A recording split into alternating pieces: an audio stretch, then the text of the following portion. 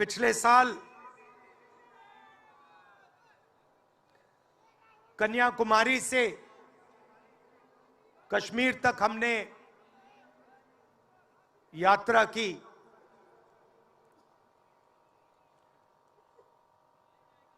यात्रा करनी पड़ी। अगर मैं अपने आप से पूछता 2004 में, 2010 में, 2014 में कि मुझे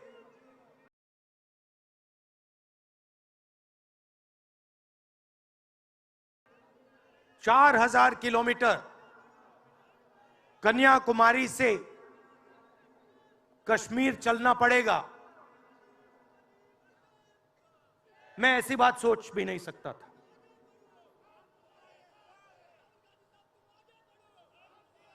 ये यात्रा, शांत हो जाएं, ये यात्रा हमें क्यों करनी पड़ी? क्योंकि देश का जो कम्युनिकेशन का सिस्टम है, चाहे वो मीडिया हो, सोशल मीडिया हो, वो आज देश के हाथ में नहीं है। जनता के जो मुद्दे हैं, बेरोजगारी, हिंसा, नफरत, महंगाई, किसानों के मुद्दे, अग्निवीर के मुद्दे, जवानों के मुद्दे, वो मुद्दे आपको मीडिया में नहीं दिखाई देंगे।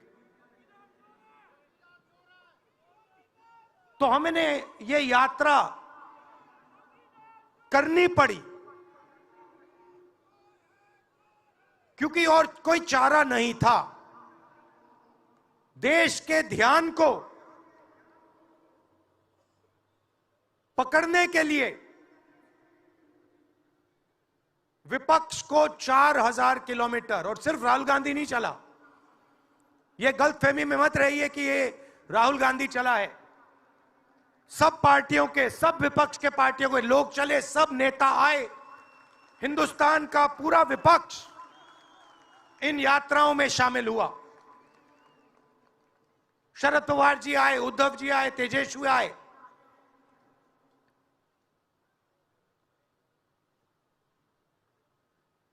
सोशल मीडिया में भी आप गलतफहमी में मत रहिए।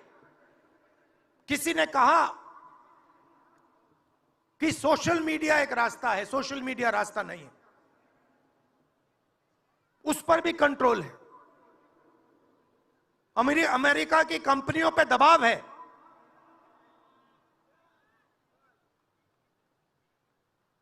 तो काफी डिस्कशन होता है कि हम बीजेपी से लड़ रहे हैं।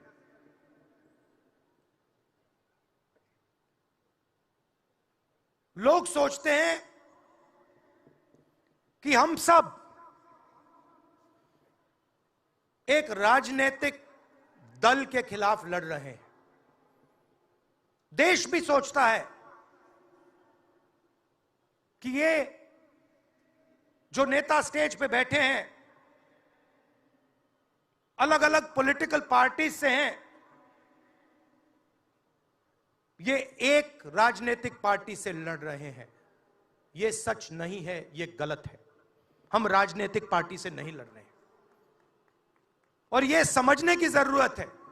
हिंदुस्तान के युवाओं को यह बात समझनी होगी। कोई और कहता है ये सब लोग एक व्यक्ति के खिलाफ लड़ रहे हैं, नरेंद्र मोदी के खिलाफ लड़ रहे हैं। नहीं, हम एक व्यक्ति के खिलाफ भी नहीं लड़ रहे हैं। ना हम बीजेपी के खिलाफ लड़ रहे हैं, ना हम एक व्यक्ति के खिलाफ लड़ रहे हैं।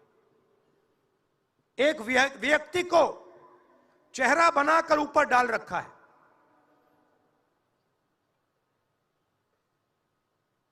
हिंदू धर्म में शक्ति शब्द होता है। हम शक्ति से लड़ रहे हैं, एक शक्ति से लड़ रहे हैं। अब सवाल उठता है, वो शक्ति क्या है? जैसे किसी ने यहां कहा,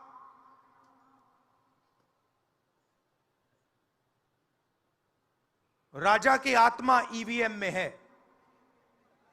सही है, सही है। राजा की आत्मा ईवीएम में है।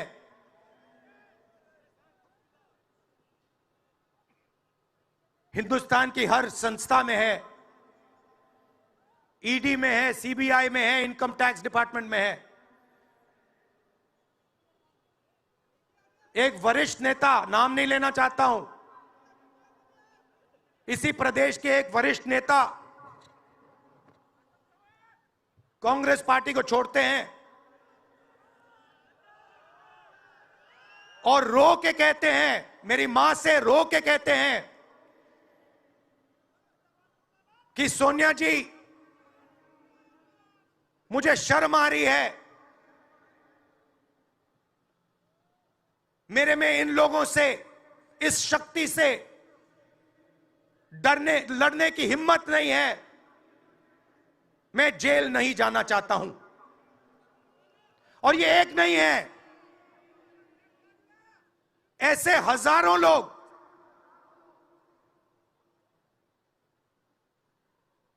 डराए गए हैं। क्या आप सोचते हो शिवसेना के लोग, एनसी के लोग ऐसे ही चले गए? नहीं। जिस शक्ति की मैं बात कर रहा हूं, उन्होंने उनका गला पकड़कर उनको बीजेपी की ओर किया है और वो सब डर के गए हैं।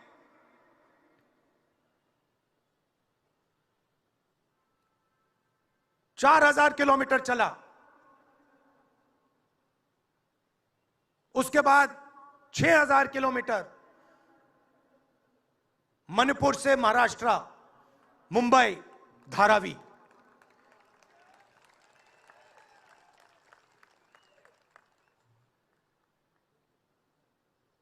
क्या मैंने देखा, क्या सुना, मैं आपको समझा नहीं सकता, शब्दों में नहीं बता सकता मैं आपको। बोल रहा हूं तो बात याद आई, मेरे पास एक युवा आता है, जीप पर कूदता है, सिक्योरिटी वाले उसको मारते हैं, दबाकर मारते हैं, तब भी वो आता है, हाथ पकड़ता है, आंख में आंसू, मुझे कहता है, राहुल जी, मैंने 3 साल हर रोज सुबह रनिंग की, पुलअप्स की, पुशअप की, दंड बैठक, सब कुछ मैंने किया। मेरे दिल में देशभक्ति थी।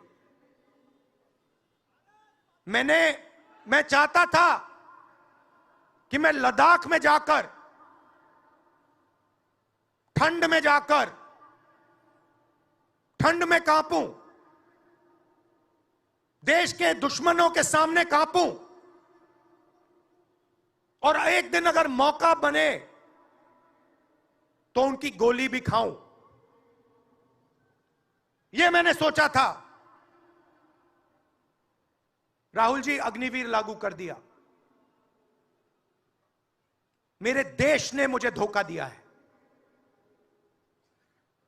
नहीं, तुम्हारे देश ने तुम्हें धोखा नहीं दिया, तुम्हारी सेना ने तुम्हें धोखा नहीं दिया, उसी शक्ति ने तुम्हें धोखा दिया है।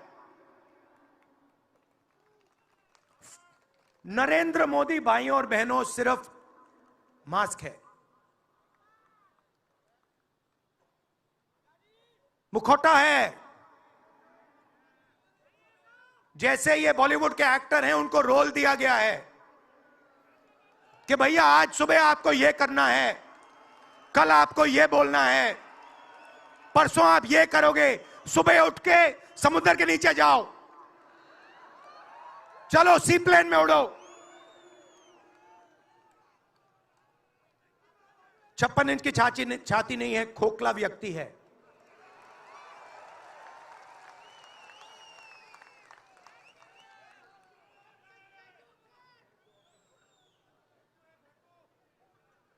धारावी को देखिए आप। मुझसे पूछा गया कि ये जो यात्रा होगी कहां से कहां होगी। मैंने सोचा, एक बात क्लियर थी, मणिपुर से शुरू होगी। क्यों? वहां पे किसी शक्ति ने सिविल वॉर का माहौल बना रखा है, भाई भाई को मार रहा है, गोली मार रहे हैं, तो शुरुआत तो वहां से होगी। और फिर मैंने सोचा, अगर हिंदुस्तान को नया विजन देना है तो यात्रा धारावी में खत्म होगी।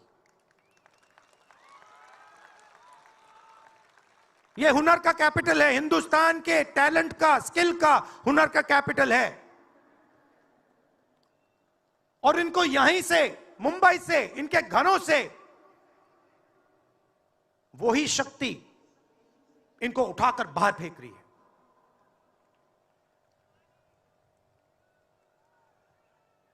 एक साथ मिलकर वही शक्ति इन लोगों की जिंदगी बर्बाद करने में लगी हुई है। मैं आपको इस स्टेज से बता रहा हूं, चाइना में एक शहर है, उसका नाम शेंजन है। सच्चा मुकाबला उस शहर से है जो आपको मीडिया में कभी कोई नहीं बताएगा। धारावी शेंजन का मुकाबला कर सकता है। बैंक के दरवाजे इन बच्चों के लिए खोलो, इन बच्चों को सरकार की मदद करो, और फिर देखो ये शेंजन का क्या करते हैं। उठा के परे कर देंगे शेंजन को ये लोग। Made in Mumbai, made in Dharavi, made in China को उड़ा के हटा देगा, परे कर देगा। मगर नहीं, 22 लोग हैं यहां पे, 22 लोगों के पास उतना ही धन है जितना हिंदुस्तान के 70 करोड़ लोगों के पास है।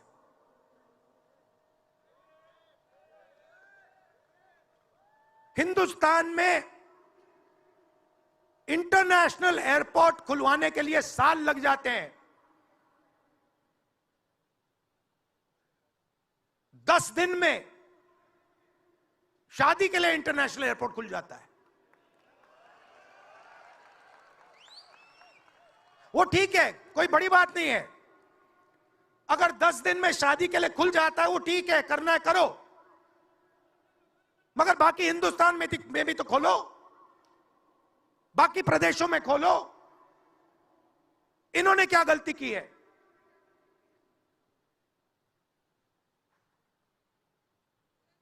पचास 50% हिंदुस्तान की आबादी पिछड़े वर्ग की है, 15% दलित, 8% आदिवासी, 15% माइनॉरिटी, 5%, 7% गरीब जनरल कास्ट के लोग। मीडिया के मालिकों की लिस्ट निकालिए, नाम दिखा दीजिए मुझे। दलित का नाम दिखा दो, आदिवासी का नाम दिखा दो, पिछड़े का नाम दिखा दो लिस्ट में। एक नहीं मिलेगा आपको। मैं ढूंढ रहा हूं, महीनों से ढूंढ रहा हूं।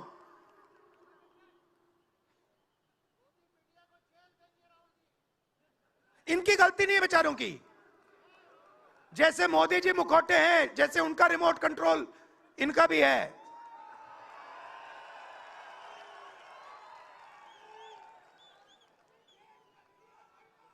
मीडिया में कोई नहीं। हिंदुस्तान की सबसे 200 बड़ी कंपनियों की लिस्ट निकालिए, मालिकों की लिस्ट निकालिए। गरीब जनरल कास्ट का व्यक्ति का नाम बता दो मुझे, दलित का, पिछड़े का, किसी भी गरीब व्यक्ति का नाम बता दो, किसी भी पिछड़े का नाम बता दो 200 कंपनियों के मालिक की लिस्ट में, नहीं मिलेगा। 90 अफसर इस देश को चलाते हैं। मैंने सिस्टम अंदर से देखा है, मैं समझता हूं सिस्टम को, इसलिए मोदी जी मुझसे डरते हैं। सब कुछ देखा है मैंने, सब समझता हूं। मैं अंदर बैठता था उसमें, सालों में अंदर बैठा हूं।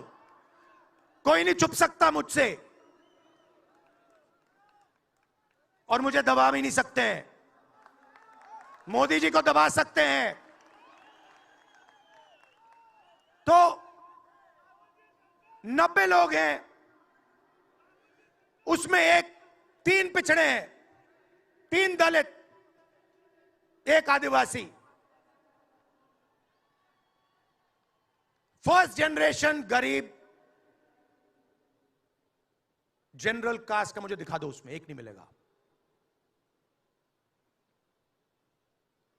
बजट में 100 रुपए खर्च होते हैं,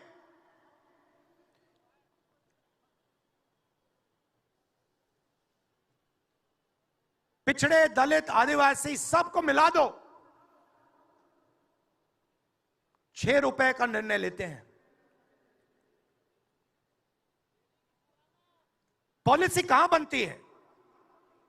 पॉलिसी ये 90 लोग बनाते हैं, उसमें 200-300 और जोड़ दो,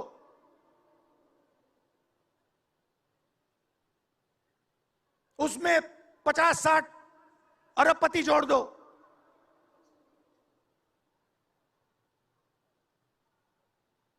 ये है सच्ची शक्ति जो हिंदुस्तान को चला रहा है।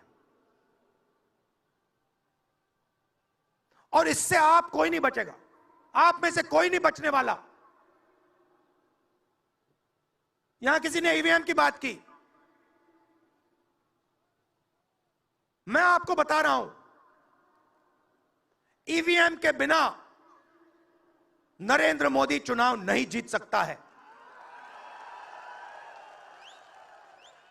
इलेक्शन कमीशन से हमने कहा कि एक काम कीजिए, विपक्ष की पार्टी को ये मशीनें दिखा दीजिए, खोल के हमें दिखा दीजिए ये कैसे चलती हैं, हमारे एक्सपर्ट्स को दिखा दीजिए। इलेक्शन कमीशन नहीं दिखाता। फिर हमने कहा देखिए, इसमें से कागज निकलता है, वोट मशीन में नहीं है, वोट कागज में है। ठीक है, आप मशीन चलाइए, मगर कागज की भी गिनती कर दीजिए। इलेक्शन कमीशन कहता है नहीं, कागज की गिनती नहीं होगी। क्यों नहीं होगी? कैसे नहीं होगी? सिस्टम नहीं चाहता कि ईवीएम की गिनती हो जाए। क्यों? क्योंकि यह सिस्टम आपके धन को चोरी करने का सिस्टम है। ये आप लोग जीएसटी देते हो, उतनी ही जीएसटी देते हो जितना अदानी देता है। 18% शर्ट पे देते हो, उतनी वो देता है। उसकी आमदनी लाखों करोड़ रुपए, आपकी 50,000 रुपए। और फिर देखो पैसा कहां जाता है। कोई भी स्कीम देख लो, फसल बीमा योजना देखो, 35,000 करोड़ रुपए 16 कंपनियों को जाता है।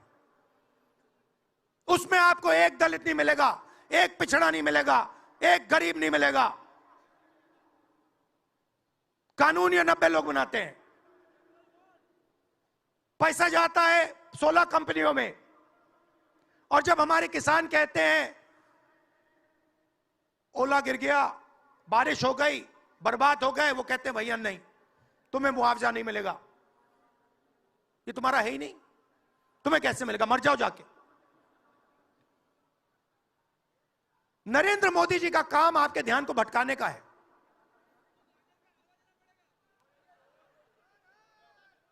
कभी आपसे कहेंगे देखो देखो चाइना की ओर देखो, पाकिस्तान की ओर देखो, कभी मोबाइल फोन की लाइट ऑन कर देंगे, थाली बजाओ,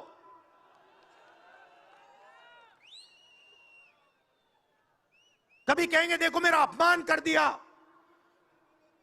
जैसे अभी किसी ने उनकी पत्नी के बारे में बोला, अब कहेंगे देखो मेरा अपमान कर दिया, ध्यान भटकाने के लिए। अब देखना होगा।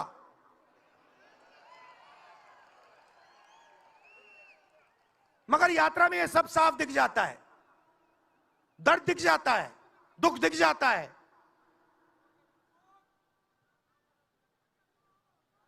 चालीस साल से सबसे ज्यादा बेरोजगारी हिंदुस्तान में आज है। मीडिया में आपको एक मिनट के लिए नहीं दिखता।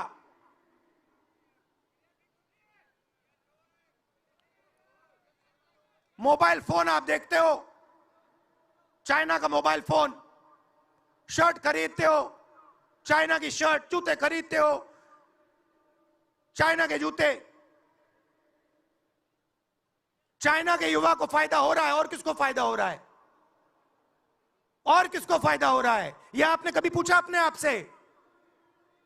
जब चाइना का यहां माल बिकता है, सिर्फ चाइना को फायदा नहीं होता, हिंदुस्तान के अरबपतियों को भी फायदा होता है भाई और बहनों। इसलिए धारावी को कभी उठने नहीं देंगे। इसलिए धारावी को यह सरकार कभी सपोर्ट नहीं दे सकती।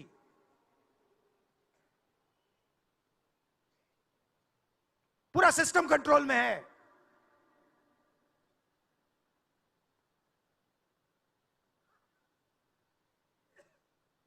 जब इनकी पहले सरकार आई, मैं आपको दिल की बात बताता हूं, पहले इनकी सरकार आई, अरुण जेटली मेरे पास आते हैं, कमरे में बैठते हैं और मुझे कहते हैं राहुल, ये जो लैंड एक्विजिशन का मामला है,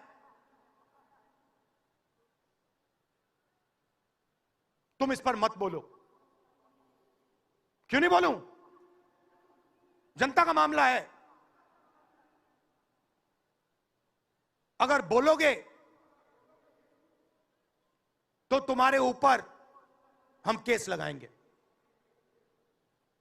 लगाओ केस, मुझे कोई फर्क नहीं पड़ता। क्या कर लोगे मेरा? ईडी वाले आए, 50 घंटे बैठा दिया,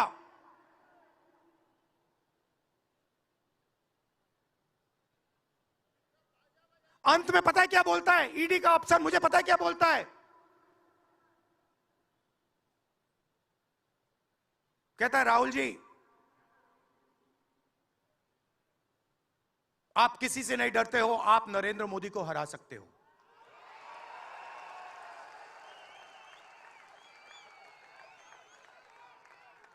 ईडी का अफसर बोलता है मुझे।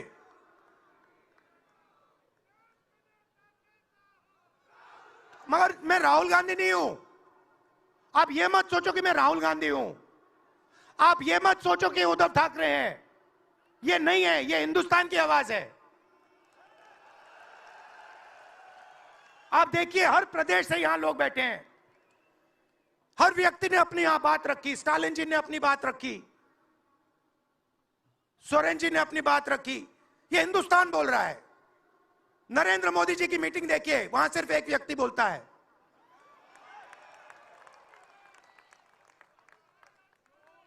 गडकरी जी परे हो जाते हैं, माला के बाहर निकाल देते हैं उनको। इसलिए हमने इसको इंडिया गठबंधन नाम दिया है। यह हिंदुस्तान की रक्षा कर रहा है। ये सब लोग डरे नहीं हैं। ये सब लोग उसी सिस्टम का मुकाबला कर रहे हैं। आज नरेंद्र मोदी के पास भ्रष्टाचार की मोनोपोली है।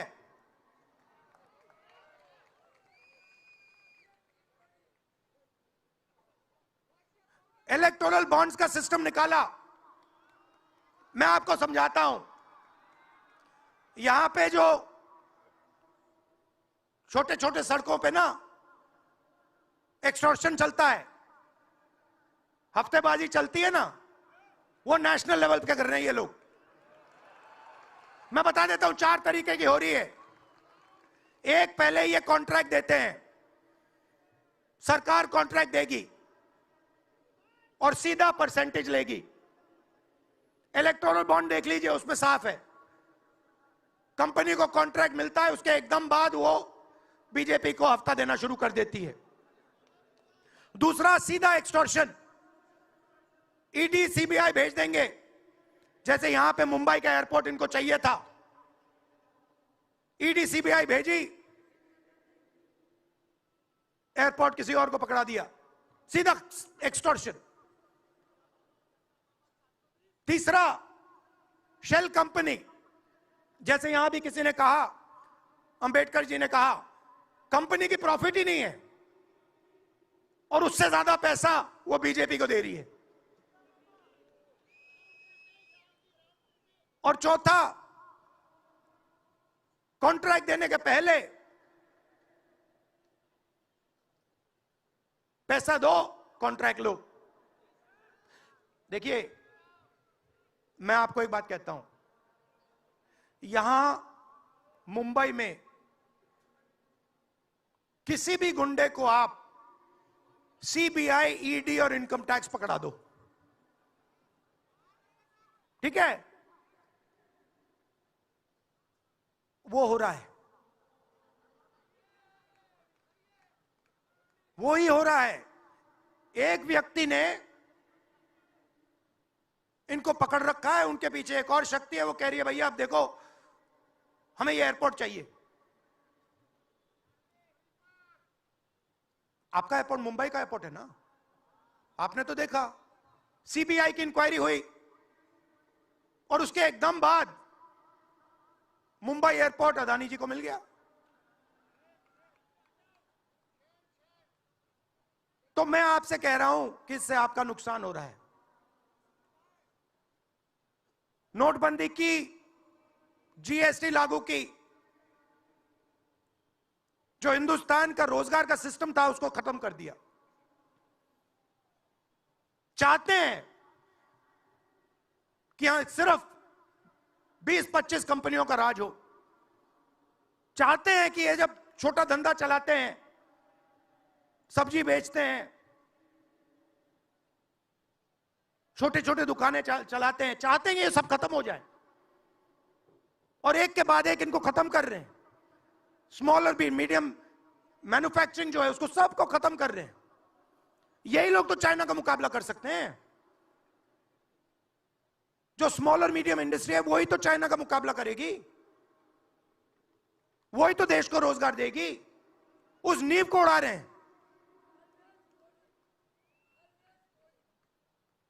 और आपको खड़ा होना पड़ेगा। आपके बिना काम नहीं बनने वाला। आप हो भारत माता, आप सब भारत माता हो और आपकी जिम्मेदारी बनती है, हमारी जिम्मेदारी है, मगर देश के युवाओं की भी जिम्मेदारी बनती है।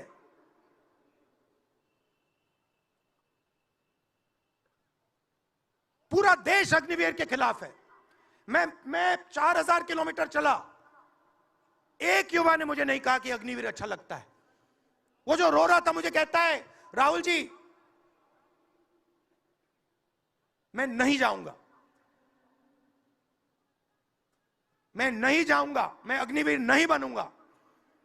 और फिर मुझे कहता है राहुल जी जहां पे पहले हम दौड़ने जाते थे वो सब खाली पड़ा है।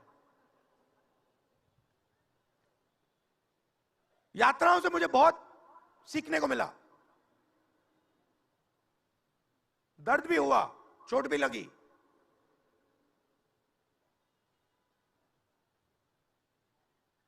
मगर जो प्यार मिला, दिल से जो प्यार मिला,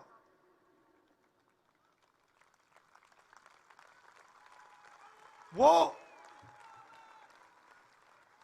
उसका कोई मुकाबला ही नहीं है। मैं बता ही नहीं, समझा नहीं सकता आपको।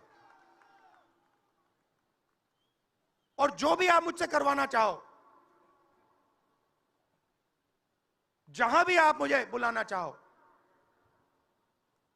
मैं आपके लिए और इस देश के लिए हाजिर हूं। यह नफरत का देश नहीं है, यह मोहब्बत का देश है। नफरत जानबूझ के फैलाई जा रही है। नफरत इसलिए फैलाई जा रही है कि आप अपना ध्यान इधर उधर करो और आपके जेब में से आपका पैसा लूटा जाए, छीना जाए।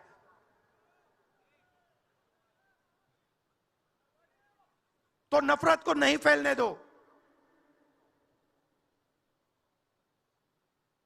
जैसे यात्रा से मैसेज निकला, हिंदुस्तान के दिल से मैसेज निकला, नफरत के बाजार में मोहब्बत की दुकान खोलो। ये हमारे सब महापुरुषों ने कहा है। गांधी जी ने कहा, बुद्ध भगवान ने कहा, राम जी ने कहा, यही कहा। अगर राम का, बुद्धा का एक ही मैसेज है, नफरत के बाजार में मोहब्बत की दुकान खोलो। धन्यवाद।